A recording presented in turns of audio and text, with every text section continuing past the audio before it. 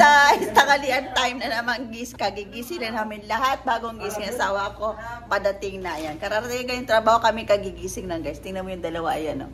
Kumakain ng Coco Pops, ayan. Tanghalian na tayo guys, let's eat. Tingnan natin yung pasalubong ng asawa ko na IKEA, tanghalian. Okay, itiim nga eh, itiim. Sahod kaya IKEA tayo guys. Nagsahod ka na ba? Di ako wala pa eh. Okay, let's go guys. Kahit tayo kagigising ko lang din. Oh my God. Natin, anong laman nito? Anong in-order mo din? Ah, ito ang gusto ko. Lahat yan. Ah? Lahat yan. Dalawang chicken, dalawang ano. Oh, open mo nga, Bi. Mainit. Steak sa'yo. Ako, paborito ko yung mas potato.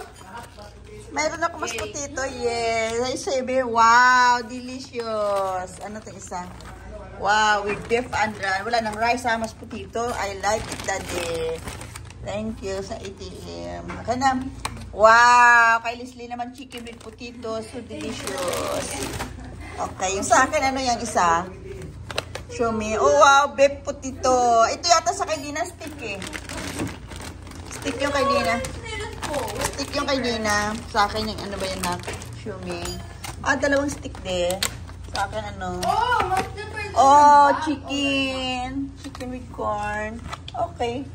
Dalawang chicken, dalawang stick. Wow, nice. Mild dinner. Ang dinner ba ito? Lunch pala. Lunch time. Kaya nga. Lunch time, guys. From IKEA. Wow. Stick. Excuse me. Okay. Excuse me. Sa akin, ano, chicken. Beef sa'yo din. Ako chicken. Daddy mo chicken. Beef ka ba, de? I think hindi. Chicken yan. Chicken shot. So, ito na sa akin, beef. Ayan. Yung kwako. Kain tayo, guys. Isa kukuha daw siya ng kanin. Gusto yung may kanin talaga asawa ko. Ayan. Kainan na, guys. Wala pa tayong laman. Ay, wala. Ako, kopya ko eh.